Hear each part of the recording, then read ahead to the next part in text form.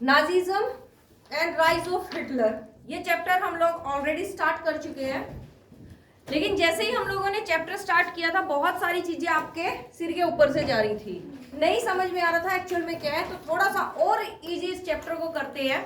अब इसको इजी करने के लिए हम लोगों को क्या करना है, आपकी एक जर्नी देखते हैं या टाइम लाइन ऑफ चैप्टर का जितना भी टाइम लाइन है जैसे वो चलेगा उसके अकॉर्डिंग, या आपके हिटलर का टाइम लाइन देख लेते हैं या चैप्टर में हिटलर की जर्नी। अगर मैं अपने अकॉर्डिंग काम करती हूँ तो मैंने उसको हिटलर की जर्नी नाम दिया है। हिटलर की जर्नी से स्टार्ट करते हैं, फटाफट से लिखना आप लोग मेरे साथ साथ स्टार्ट करो, साथ में ही उसको एक्सप्लेन करेंगे, वेट नहीं करेंगे उस चीज के लिए कि मैं आपको फिर एक्सप्लेन कर रही हूँ। जो चीज लिखूंगी उसको साथ साथ मैं आपको एक्सप्लेन करूंगी, ठीक है। हेडिंग रखोगे आप लोग timeline of Hitler, timeline of Hitler, Hitler journey. जो हिटलर की जर्नी है उससे रिलेटेड टाइमलाइन, ताकि आपको पूरी डेट्स, मेन रीजन था कि आप लोगों को डेट्स रिमेंबर नहीं थी, आपकी डेट किसी को भी बार बार उसको रिकॉल करते हो भूल जाते हो, रिकॉल करते हो भूल जाते हो। तो हम इसको इजी वे में कर लेते हैं, पूरी स्टार्टिंग से जहां से चैप्टर स्टार्ट होगा वहां से स्टार्ट करते हैं। फर्स्ट डेट आप लोग रखोगे क्योंकि हिटलर से रिलेटेड हम काम कर रहे हैं, तो हिटलर का बर्थ, तो फर्स्ट टाइम हम लोगों ने 1889 का टाइम लिया, birth of Hitler, birth of Adolf Hitler. Second हम लोग इसके साथ चलेंगे 1914 टू 1918 का टाइम। हिटलर इस टाइम पे क्या करते हैं, he join army as a messenger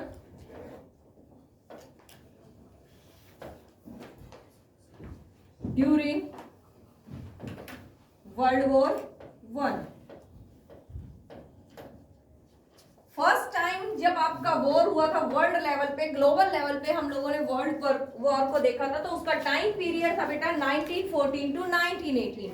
पूरा वर्ल्ड आपका टू पार्ट्स में डिवाइड था, और टू पार्ट्स में जो डिवाइड था उनको बोलते हैं हम powers.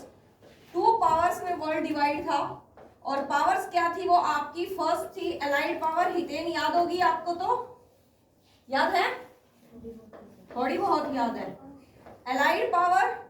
Second one central power, ये तो याद होगा ना, हम लोगों ने इसको नाम वर्ल्ड वॉर कब दिया था, इनिशियल एज में इसका नेम था global war. First allied power में आपके पास एक पावरफुल यूरोपियन कंट्री थी, उसका नाम गया, जिसका नाम था England. Second France, third Russia and last US. Russia left करेगा बेटा फर्स्ट वर्ल्ड वॉर को, लेफ्ट इन 1917। याद है आपको क्यों लेफ्ट किया था आरव इसने, रशिया ने वर्ल्ड वॉर वन को 1917 में? तेजस नहीं पता, क्योंकि इसकी खुद की कंट्री में क्या स्टार्ट हो गया था, रेवोल्यूशन स्टार्ट हुआ था, Russian revolution. Two time start हुआ था वो, फेब्रुवरी एंड अक्टूबर, याद होगा ये चीज तो। ओके, तो ये लेफ्ट करते हैं क्योंकि खुद की कंट्री में प्रॉब्लम चली है, और यूएस ज्वाइन करेगा 1917 में।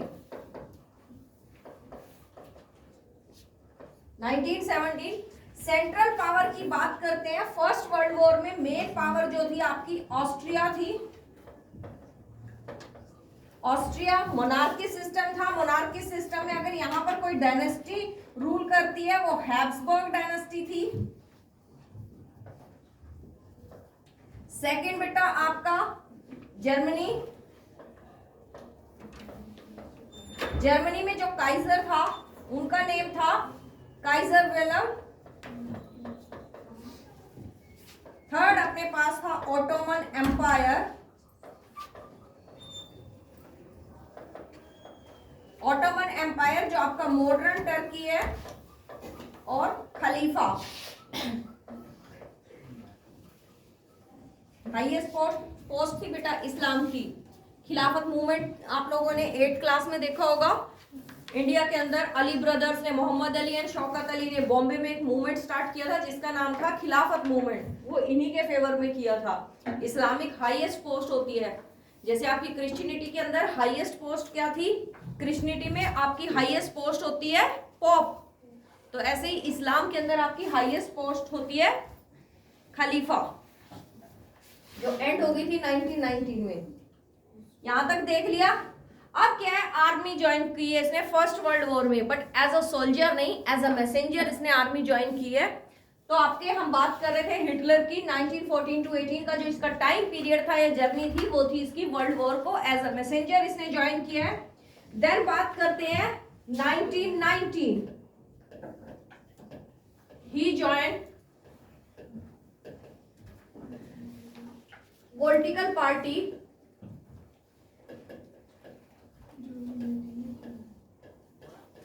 पॉलिटिकल पार्टी नेम जर्मन, ये याद रखना बेटा, जर्मन वर्कर पार्टी।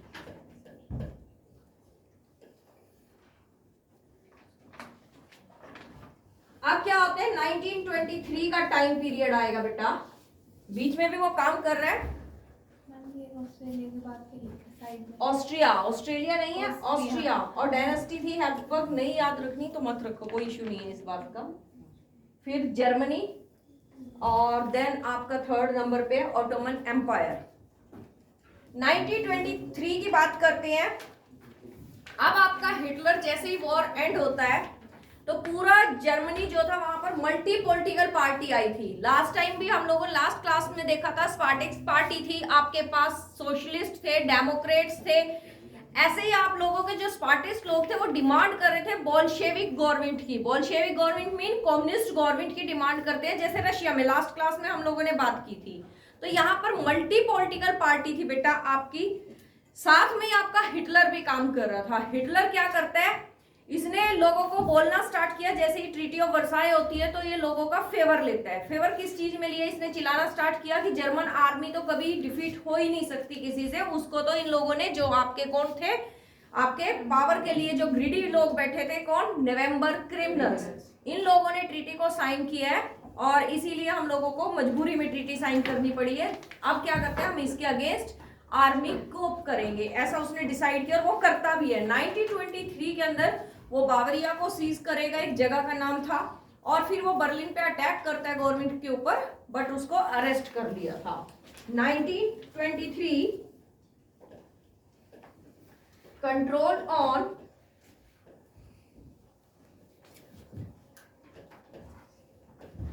बावरिया, जगह का नाम है, एंड मार्च, अटैक वाला मार्च बेटा, march to Berlin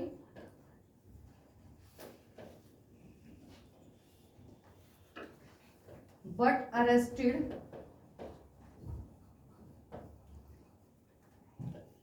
Saint to jail. Arrest कर लिया था और जेल में चला गया, जहां ये अपनी बुक लिखेगा main camp.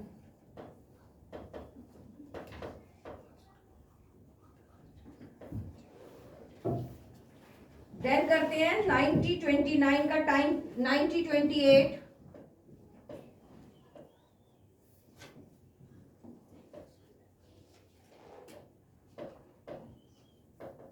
contested the election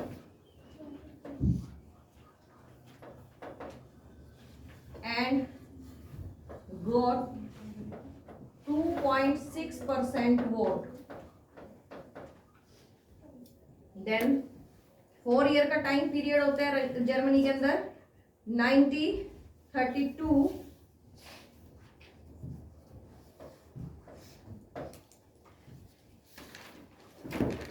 again participated in election,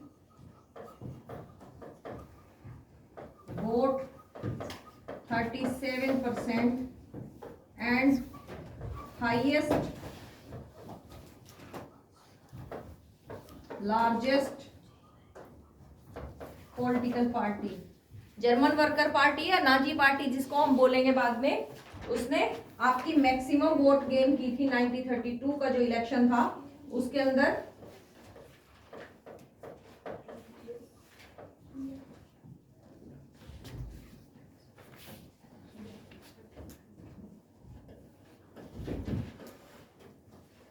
क्या हो गया?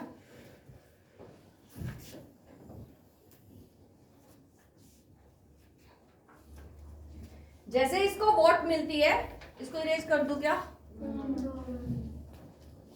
इसको भी ना करूं, ये तो लिख ही लिया होगा ना, ये तो लिख लिया होगा ना। ब्रैकेट में समझ नहीं आ रहा किधर? Main camp. बुक का नेम है main camp, my struggles. My struggles लिख लो, हिटलर की बुक थी माय स्ट्रगल्स। ये इरेज कर दूं इस साइड से, ये नेक्स्ट पेज ही ले लेते हैं। किधर बेटा? 1932 again participated in election, vote 37% and became the largest political party of Germany.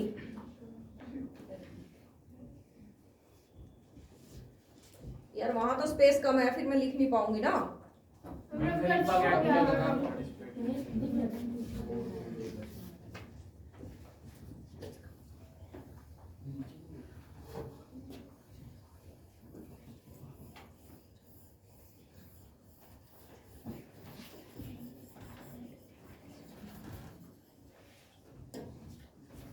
Correct.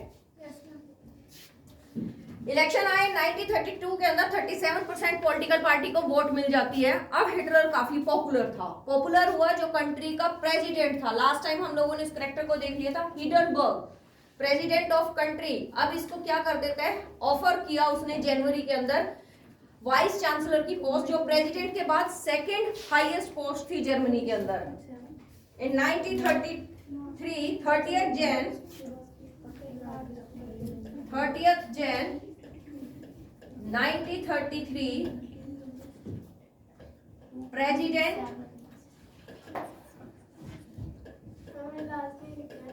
Hindenburg, क्या बेटा? लार्जेस्ट पॉलिटिकल पार्टी बेटा। मैम इसी ईयर में हिटलर ने अपने जर्मनी को लीग ऑफ नेशन से बाहर भी निकाल दिया। हाँ, अभी 1933 में ही आउट करेगा, वो क्विट करेगा, क्योंकि लीग ऑफ नेशन हम लोग ऑलरेडी कर चुके हैं ना। यूएनओ जब कर रहे थे लीग ऑफ नेशन किया था, उसमें जर्मनी का क्विट का टाइम आया था कि जर्मनी ने क्विट कर लिया था, उसको फोर्सफुली पहले मेंबर बनाया था, देन वो क्विट करता है। तो ऐसे ही अब यहाँ करेंगे कि हिटलर उसको क्विट करेगा। President Hindenburg offer him second largest highest post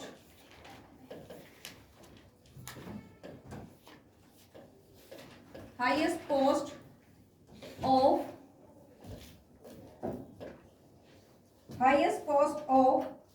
chancellor, highest post of Rudra जाओ, बैग लेके आ जाना, बात कर लेना पहले क्या बात।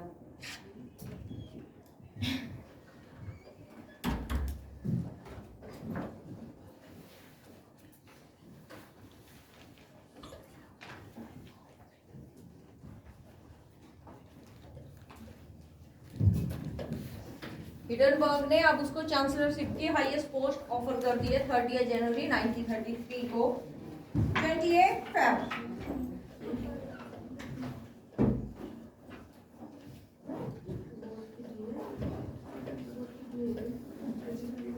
अभी क्या होता है, जब इसको हाईएस्ट पोस्ट मिलती है सारी पावर इसके पास आएगी, हिटलर के पास। हिटलर इसी चांस में था कि कब उसको कोई ऐसी पोस्ट मिले और वो सबको कंट्रोल करे।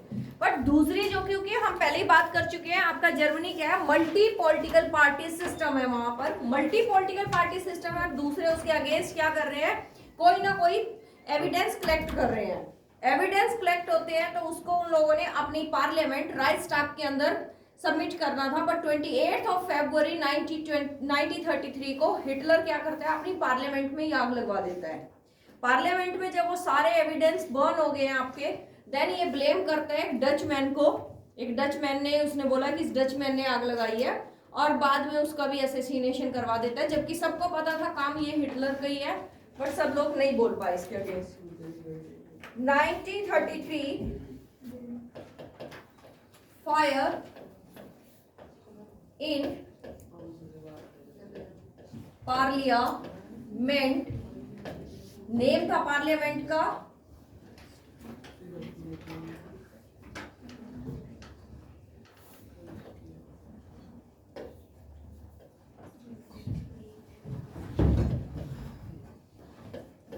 चक्कर आ रहे हैं क्या?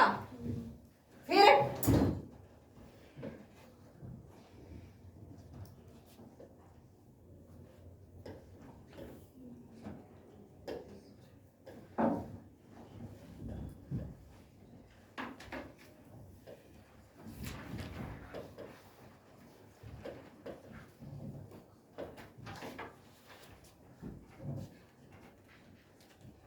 March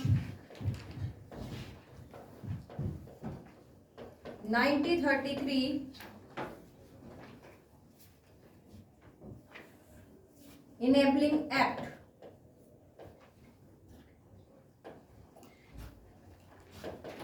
Enabling Act passed.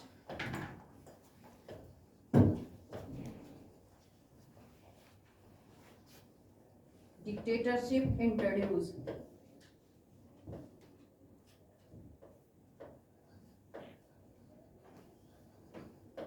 Established.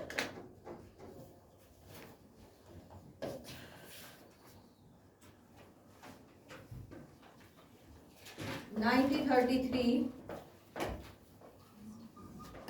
quit the League of Nations.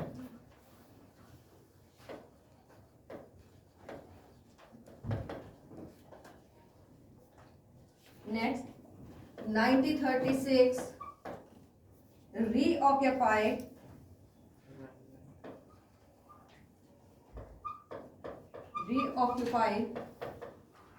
the Rhineland. Rhine क्या है बेटा?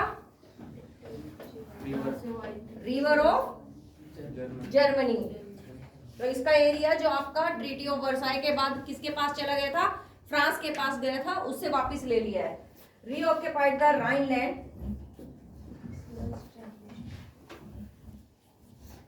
in 1938.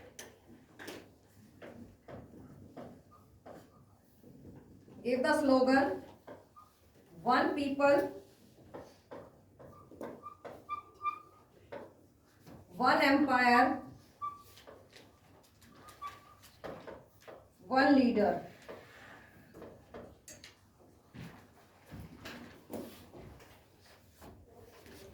(1939) 1st September invade Poland and beginning of Second World War.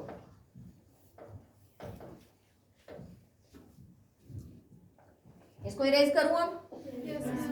ये देख लिया 30 जैन को प्रेसिडेंट उनको क्या करते हैं? हिटलर को प्रेसिडेंट का नेम था हिडनबर्ग और उनको चांसलर पोस्ट की ऑफर कर दिया, हिटलर को ऑफर कर दिया। जैसे ही हिटलर को चांसलरशिप ऑफर हुई है तो बहुत सारी पॉलिटिकल पार्टी है वो उसके अगेंस्ट थी, वो उसके अगेंस्ट एविडेंस कलेक्ट करती है जिसको वो पार्लियामेंट में लेके आने वाले थे। बट 28 Feb 1933 को आपके हिटलर ने क्या किया? अपनी पार्लियामेंट में ही आग लगवा दी, जिसका ब्लेम किसको किया? एक डचमैन को कर दिया। 3 मार्च को उसने क्या किया? पार्लियामेंट का नेम है राइक्सटाग। 3 मार्च 1933 को अपनी कंट्री में इनेबलिंग एक्ट पास करता है। इनेबलिंग एक्ट का मतलब क्या है? वो डिक्टेटरशिप एस्टेब्लिश कर दी। जितने भी आपके पास फंडामेंटल राइट्स थे वो फंडामेंटल राइट्स जर्मन पीपल से स्नैच कर लिए हैं। 1933 में वो क्या करते हैं? क्विट कर देते हैं लीग ऑफ नेशन। 28 मेंबर से इनिशियल लीग ऑफ नेशन के, अब वहां से इसने क्विट कर दिया। 1936 में ऑक्यूपाई कर लिया इसने राइनलैंड को जो फ्रांस के पास था। 1938 के अंदर एक स्लोगन देते हैं one people one empire one leader. मतलब क्या था? जो अपने आसपास के सराउंडिंग एरिया जहां पर जर्मन स्पीकिंग पीपल रहते थे, जर्मन बोलते थे, उन एरिया को भी कैप्चर करना स्टार्ट कर दिया। चाहे आपके वस्तुतलैंड थे, चेकोस्लोवाकिया था, कुछ भी था, इन कंट्रीज को उसने कैप्चर किया। कैप्चर करके क्या बोल रहा है वो इस टाइम पे, वन पीपल वन एम्पायर और वन लीडर, यानी जहां पर जर्मन स्पीकिंग पीपल है, आर्यन लोग हैं, वो सारी कंट्री किसके अंडर होगी, हिटलर के अंडर। देन वो 1939 को, अभी तक आपकी लीग ऑफ नेशन बिल्कुल काम फुली बैठी रही, कोई इसके अगेंस्ट काम ही नहीं कर रहे थे। 1 सितंबर 1939 को इसने अटैक किया पोलैंड पे, और पोलैंड पे जब अटैक होता है ऑफिशियली वर्ल्ड वॉर 2 आपका स्टार्ट हो गया था। नेक्स्ट करते हैं बेटा, क्या लिखा आपने लास्ट पे? Beginning of second world war. नहीं मैम, 1939 के साइड में 1 सितंबर,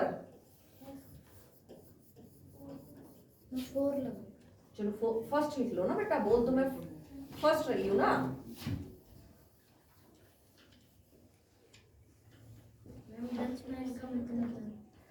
नीदरलैंड से था बेटा, हॉलैंड से था वो। पोलैंड के आगे क्या? And beginning of second world, ma'am आगे सेकेंड वर्ल्ड वॉर। आगे मैम 1 सितंबर इन्वेड, अटैक 1940,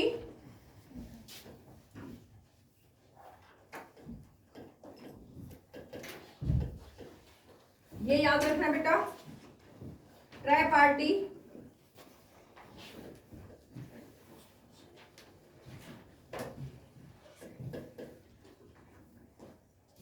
पैक्ट साइन।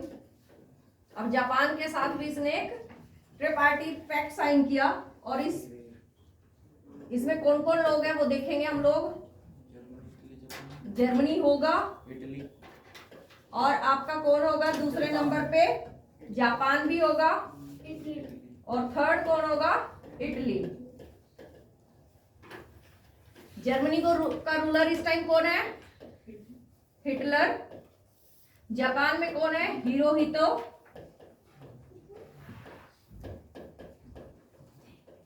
और इटली में है मुसोलिनी। तीनों के रूलर थे ये।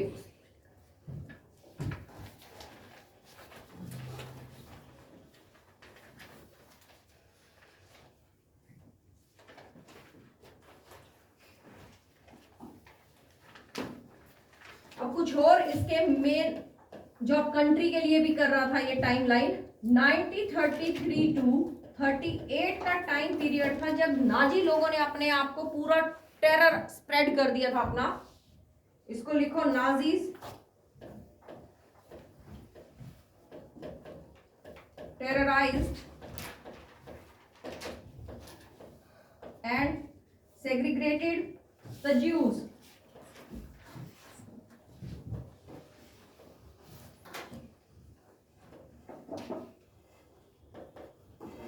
ज्यूज लोगों को अलग कर करके किल कर रहे थे इनको।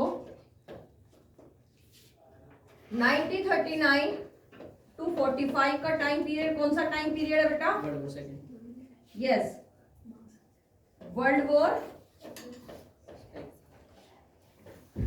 सेकेंड।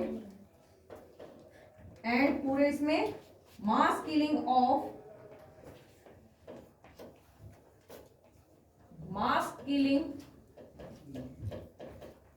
Of people. देन हम बात करेंगे इसने 1932 के अंदर 1922 में द यूथ ऑफ लीग, अपनी एक द यूथ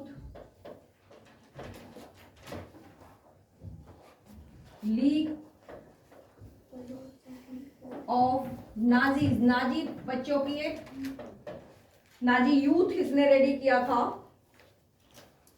एक और इसने किया था 1922, हाँ, एक्टिव था ये उस टाइम पे, अपना काम तो कर रहा था ना, पावर में नहीं था बट एक्टिवली काम कर रहा था।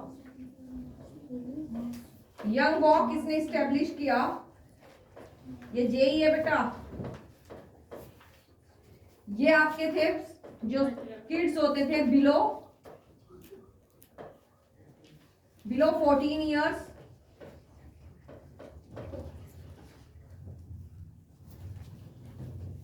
और एंट्री लेते थे ये, एंट्री थी इनकी, entry at the age of 10 year.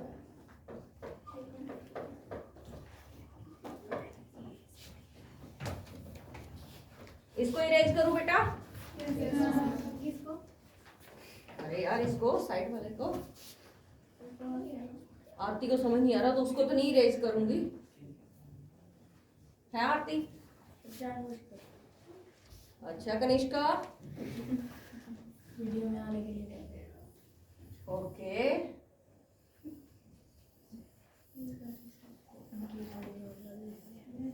बताओ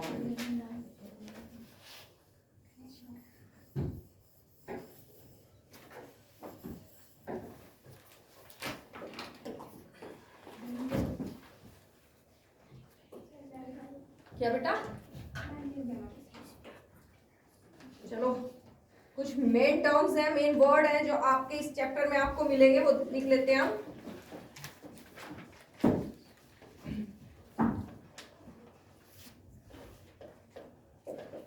ये 1 मार्क्स का क्वेश्चन आता है बेटा, लेबन श्रम।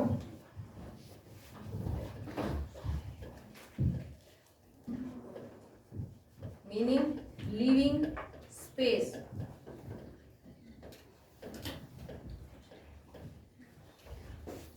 हिटलर जब अपने सराउंडिंग एरिया को कैप्चर करता है, जर्मनी के आसपास के एरिया को, 1 पीपल 1 एम्पायर ऐसा उसने बोल के जब आसपास की कंट्रीज को कैप्चर करना स्टार्ट किया था, तब वो लेवेनश्रम थ्योरी को फॉलो करता है। मतलब लिविंग स्पेस चाहिए।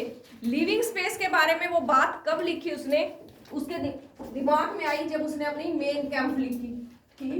मेन कैंप, मेन कैंप मतलब क्या है? My struggles. हिटलर लिख रहा है ये बुक माय स्ट्रगल्स, और जिस टाइम वो अपनी बुक लिखता है तो वो सबके लिए स्ट्रेटजी रेडी करता है।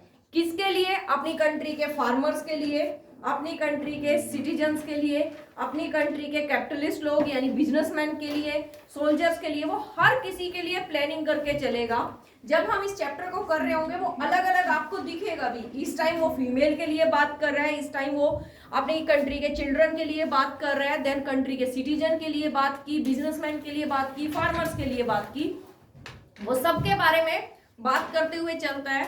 तो इसीलिए उसने जो थ्योरी फॉलो की थी, लेवेनश्रम मीन्स लिविंग स्पेस। नेक्स्ट आपका एक वर्ड आएगा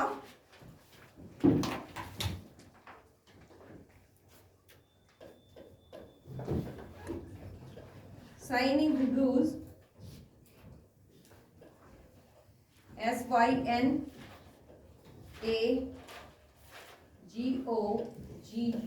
SYNAGOUES, वर्शिप प्लेस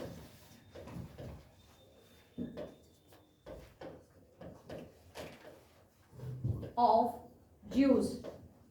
ज्यूज लोग जहां अपनी पूजा पाठ करते हैं उसके लिए, जैसे क्रिश्चियन लोग चर्च के अंदर जाते हैं, आपके इस्लामिक लोग मॉस्क्यू में जाएंगे, सिख लोग गुरुद्वारा में जाते हैं, हम लोग टेंपल में जाते हैं। ऐसे ही जिस जगह पे ये लोग जाते हैं ज्यूज लोग, उसके लिए वर्ड यूज होता है साइनिक। Then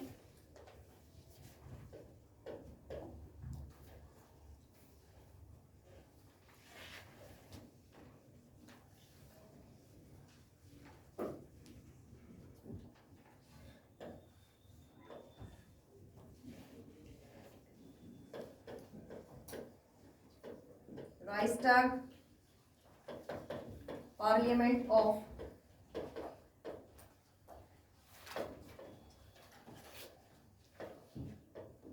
Germany, parliament of Germany. अरब, रशिया की पार्लियामेंट का नेम क्या था?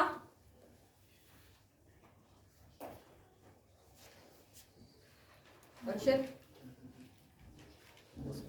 रशिया की पार्लियामेंट यार भूल गए?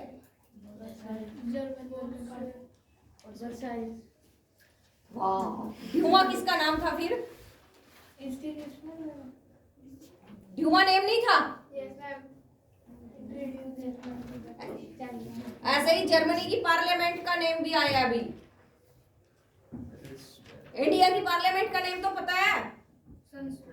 संसद, चलो शुक्र है वो तो पता है।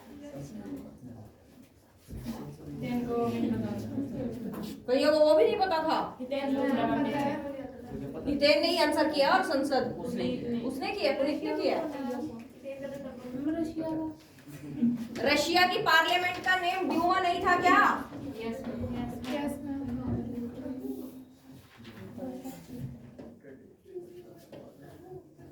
मूर्ख।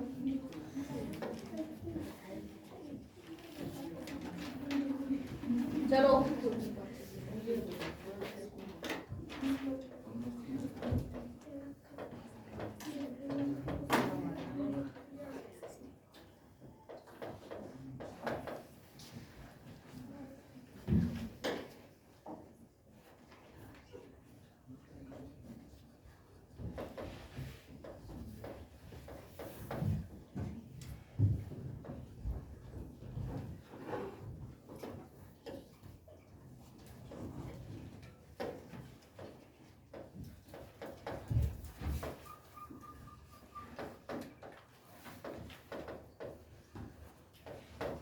फर्स्ट वर्ल्ड वॉर के बाद जो गवर्नमेंट मिली है उसको वाइमार रिपब्लिक गवर्नमेंट बोला है, ठीक है।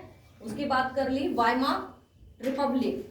फर्स्ट वर्ल्ड वॉर एंड होता है अलाइड पावर की हेल्प से आपके जर्मनी के अंदर एक गवर्नमेंट इस्टेब्लिश होगी। जिस जगह पे आप जर्मनी का नाम जर्मनी ना रख के उन्होंने क्या रख दिया, वाइमार रिपब्लिक। एक जगह थी, एक सिटी थी, आज भी वो सिटी प्रेजेंट है जर्मनी में, और उसका उस टाइम पे नाम दे दिया वाइमार रिपब्लिक। आपकी डेमोक्रेटिक गवर्नमेंट आएगी और वाइमार रिपब्लिक के रिप्रेजेंटेटिव आपके पास कौन थे? सोशलिस्ट गवर्नमेंट थी ये, सोशलिस्ट गवर्नमेंट। नवंबर क्रिमिनल्स याद है आपको? Yes ma'am. शुक्र है भाई। नवंबर क्रिमिनल्स लोग जो थे कौन कौन थे, बोलो जल्दी से। डेमोक्रेट्स,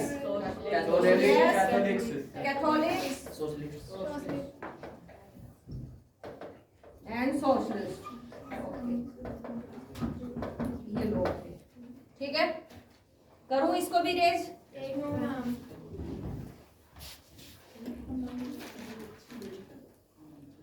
अरे ये तो मैंने बताया ही, तुम लोगों को बता दिया क्या? 1922 के अंदर हिटलर ने अपनी कंट्री में एक्टिव था बट पावर में नहीं था। अपनी कंट्री के अंदर the youth league of Hitler या यूथ लीग ऑफ नाजी उसने एक इस्टेब्लिश की थी। उसमें क्या लोग होते थे, जो आपके बच्चे थे वो 14 to 18 ईयर के सारे लोग होते थे, बच्चे होते थे, और उनको रेडी कर देता था, वो अपनी आर्मी के लिए रेडी करता था। ऐसे ही यंग वॉक थे उनके पास, जे से स्पेलिंग होगी बट बोलना ये है, यंग वॉक थे वो जो 10 to 14 ईयर के किड्स होते थे, उनको यहाँ पर पूरी तरीके से ट्रेन करता था नाजी यूथ बनने के लिए। तो यहाँ पर यंग वॉक अपन लोगों के पास थे, यानी हिटलर के पास थे। ये सारा काम इस तरीके से करता है। अब इसकी कुछ एक आर्मी थी, हिटलर के पास खुद की आर्मी थी कुछ, उनको देख लेते हैं। ये तो कर दूं ना? Yes ma'am.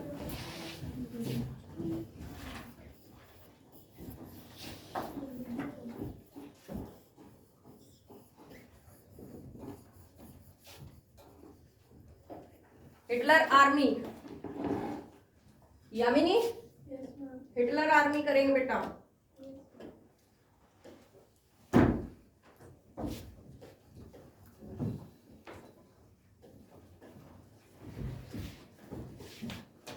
फर्स्ट नंबर पे गेस्टापो, इसको आप बोलोगे secret police of Germany, secret police of Germany, या पॉलिटिकल पुलिस भी बोल सकते हो।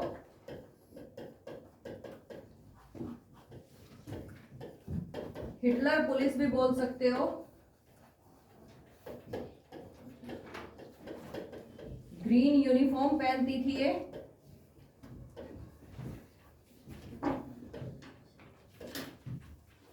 Gestapo, secret police of Germany during Hitler period, वो की एक्टिव, बहुत एक्टिव थी। पॉलिटिकल पुलिस भी बोल सकते हैं, हिटलर पुलिस भी बोल सकते हैं। ये गेस्टापो थी, ग्रीन कलर की यूनिफॉर्म पहनती थी। जैसे हम लोगों ने रशिया वाले चैप्टर में क्या देखा था, चेका, चेका पुलिस की बात की थी। चेका उनकी क्या थी? सीक्रेट पुलिस थी। अगर इंडिया की बात करते हैं तो कौन सी होती है? रॉ। तो ऐसे ही इनके पास भी एक सीक्रेट पुलिस थी। इसका काम क्या होता था? जो आपके ज्यूस लोग थे उनको सर्च कर करके लेके आती थी या उनके बारे में इंफॉर्मेशन देती थी। ज्यूस लोग वहां छिपे हुए ये काम करती थी। दूसरी इसके पास थी, अपने पास हिटलर के पास जो फोर्स थी बेटा, उसका नाम था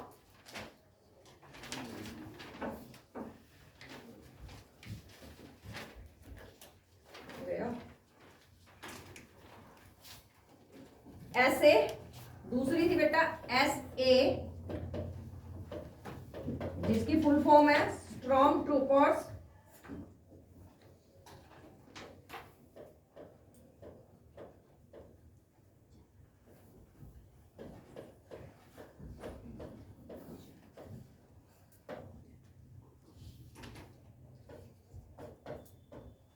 SS प्रोटेक्शन स्क्वाड्स, जिसको हिटलर अपने साथ रखता था।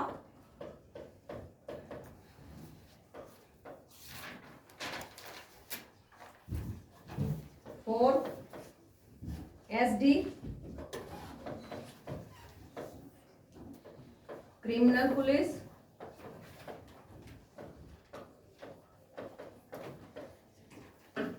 Security services.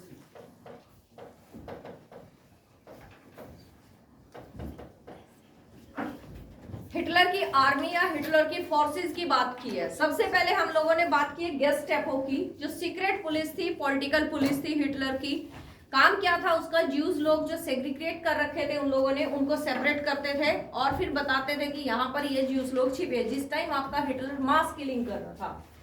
ऐसे स्ट्रॉन्ग ट्रूपर्स थे, फाइटर लोग थे, इनका ये काम था। SS प्रोटेक्शन स्क्वाड्स, जो आप हिटलर अपनी सेफ्टी के लिए अपने साथ रखता था जिनको, वो SS होते थे। Then SD criminal police, security police, सबसे क्रूल पुलिस इसको बोलते थे SS को, कि किसी को भी किसी भी तरीके से किसी भी हद तक किल कर सकते हैं, ऐसा इसके बारे में बोला गया है। Next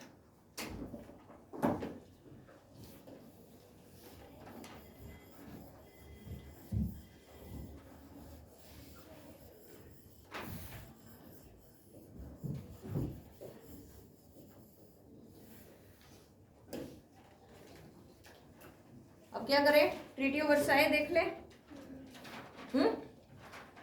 yes ma'am. आरती पता नहीं क्या ही बोल रही है।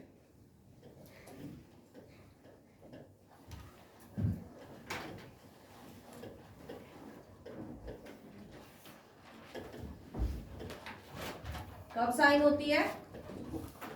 After world war 1। कौन साइन करते हैं? Allied power versus Germany. सिर्फ जर्मनी के अगेंस्ट होगी बेटा। कंडीशंस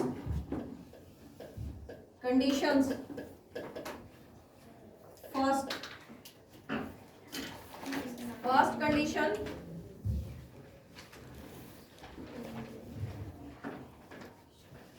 %13 जर्मन कॉलोनीज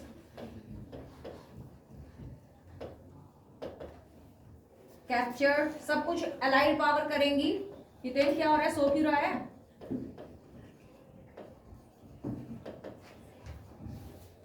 सेकेंड 26% कोल,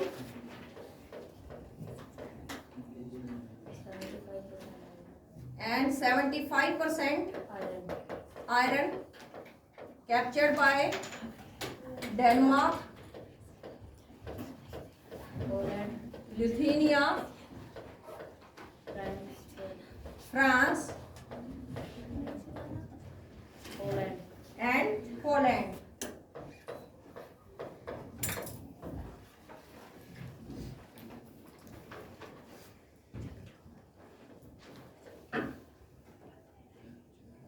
फिर क्या किया?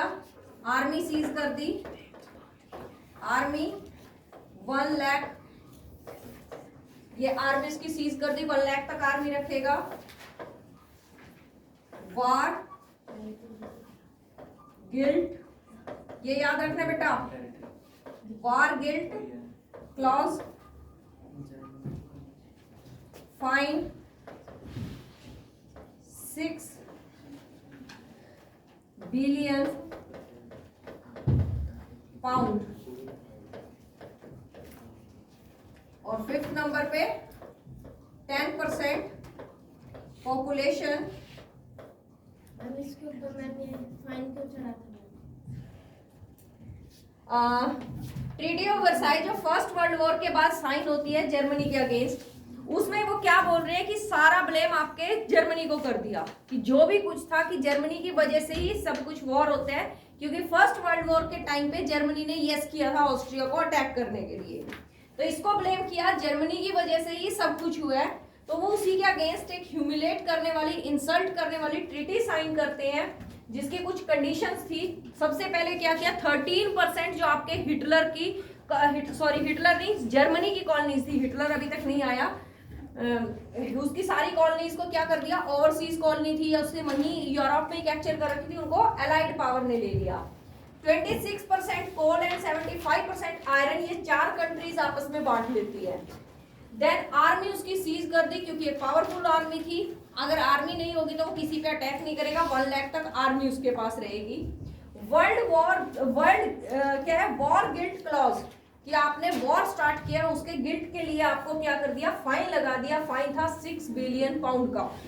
देन 10% पॉपुलेशन जो है वो भी अलाइड पावर्स ने इससे ले ली है, जो उसकी ब्रेन था, एक तरीके का फर्टाइल ब्रेन जो जर्मनी का था, उसको वो अपने साथ लेके गए हैं, ये था इसके साथ। और भी कुछ था, और एक और चीज थी next, Weimar republic government introduce.